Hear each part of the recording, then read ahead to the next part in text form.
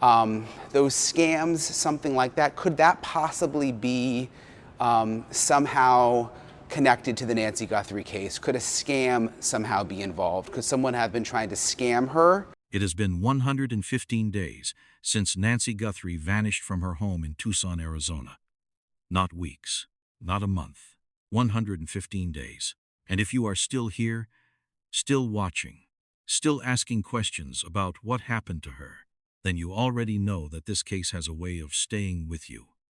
In the beginning, there was so much movement. Search teams fanning out across Tucson, tips flooding into the Pima County Sheriff's Office, a task force assembled between the FBI and local detectives.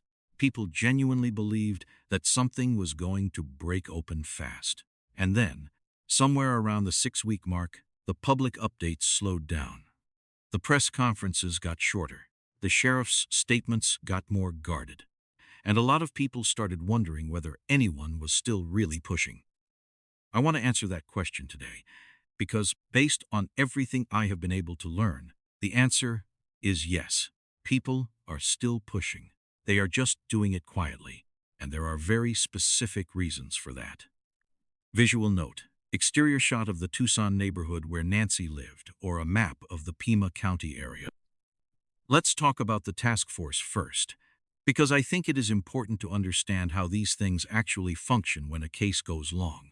The FBI does not simply offer help and step back. When they embed into a local investigation at this level, their agents are working the case full-time alongside Pima County detectives. They share files, share leads, and divide responsibilities based on who has the best tools for each part of the investigation.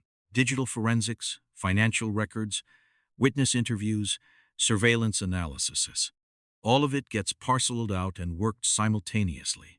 Recently, according to sources close to the investigation, the task force held a meeting that generated a lot of buzz among people following the case. Everyone was hoping it meant something had broken open, but from what I was told, it was described as a check-in meeting. A chance to regroup, make sure everyone had what they needed, and make sure the team was holding up. I know that might sound like a letdown, but here is what that actually tells us. By day 115, the investigators working this case have been carrying something most of us cannot fully imagine. They go home at night and they cannot talk about it. They sit at dinner and someone inevitably asks, "You are working that Guthrie case, aren't you? What is happening?" And they have to say nothing. Former agents who have worked investigations like this describe it as something that follows you into every room of your life. One retired FBI agent I spoke with called it omnipresent. That word says everything. A check-in meeting at this stage is not a sign that the investigation has lost momentum. It is a sign that whoever is leading this operation understands that exhausted detectives make mistakes. And in a case this complex, with this much riding on every single detail, nobody can afford a mistake. One of the more quietly significant developments in this case is something that did not get nearly enough attention when it came out. The Pima County Sheriff has confirmed that he is no longer communicating directly with the Guthrie family. In the early weeks of the investigation, there were indications that he was in contact with Savannah Guthrie personally. That has stopped. The family is now communicating exclusively through the FBI. Now, there are a few ways to read that. The most straightforward explanation is that somewhere along Nosowitz sharing, the information the sheriff's office was sharing did not line up with what the family was hearing through other channels. When you are a grieving family and the official version keeps bumping up against things that do not quite add up, you start looking for someone else to talk to. The FBI has victim services personnel who are specifically trained for exactly this kind of situation. They are patient. They are skilled at sitting with a family through long stretches of uncertainty without making promises they cannot keep. It is very possible that someone from that team stepped in early on and simply did a better job of making the Guthrie family feel heard.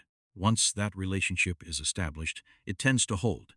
Visual note: a still image of the Guthrie family home exterior, or Savannah Guthrie on the Today Show, if available. There is also another possibility. and it is one worth mentioning honestly. Pima County has had its share of political turbulence around the sheriff's office. There are people in that community who have been trying to push the sheriff out. Savannah Guthrie has a sophisticated security and legal team around her. It is entirely plausible that at some point, someone in her circle made a quiet decision that the sheriff was not the right point of contact and made the necessary calls to redirect things.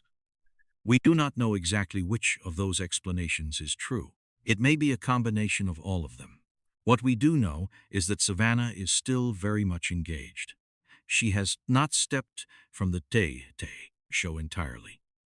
Though people who watch closely moments where she has slipped away toward the end of the broadcast. Her team has not commented on those moments publicly. Given everything she is carrying, that is completely understandable. What is harder to sit with is the neighborhood itself. The HOA where Nancy lived has now sent out multiple notices asking people to stop leaving flowers at the house. There are chains across the driveway. Additional no trespassing signs have gone up. And honestly, the neighbors I have spoken to are not the ones pushing for that.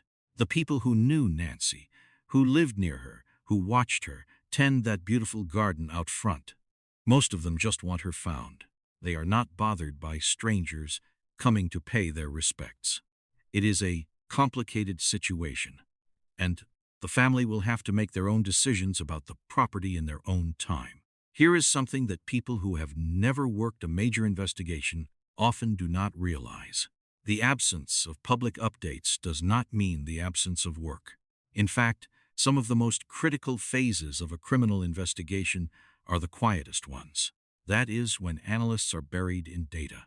That is when investigators are waiting on lab results, financial records, phone records pulled from carriers that take weeks or months to process legally. That is when prosecutors, if they are involved, are being very careful about what gets said publicly so that nothing jeopardizes a future case in court. At day 115, there is a real possibility that the task force knows more than they have ever said out loud. Building a case that will actually hold up is slow, methodical work. It is not dramatic. It does not look like anything from the outside. But it matters enormously. Visual note: a quiet exterior shot of the Tucson street, daytime. There is also the matter of the investigation's personnel. Task forces are not static. People cycle off for all kinds of reasons that have nothing to do with the case. A detective gets reassigned to another shift. An FBI agent has a transfer that was in the works long before Nancy went missing. When new people come in, they read every file from the beginning. And sometimes a fresh set of eyes on the same set of facts sees something that had been sitting there unnoticed for months. That is not a failure of the original team. That is just how long investigations work. What I keep coming back to after all of this is Nancy herself, the woman her neighbors describe, the garden that everyone who drove past it remembers, the fact that someone who lives that close to her daughter, that connected to her family, simply vanished one night and has not been found. That is not something you just move on from. Not her family, not the investigators who have been carrying this, and clearly not the people watching. If you know anything at all, the number is 1-800-CALL-FBI. That line is active and the case is very much open. And if you have been here since the beginning of this channel's coverage of Nancy's case, thank you. Genuinely. There are a lot of stories competing for your attention right now, and the fact that you are still here, still asking questions with me, still refusing to let this go quiet, that means something. Drop a comment below and tell me what you think investigators are focused on right now. I read everything, and I will see you in the next one.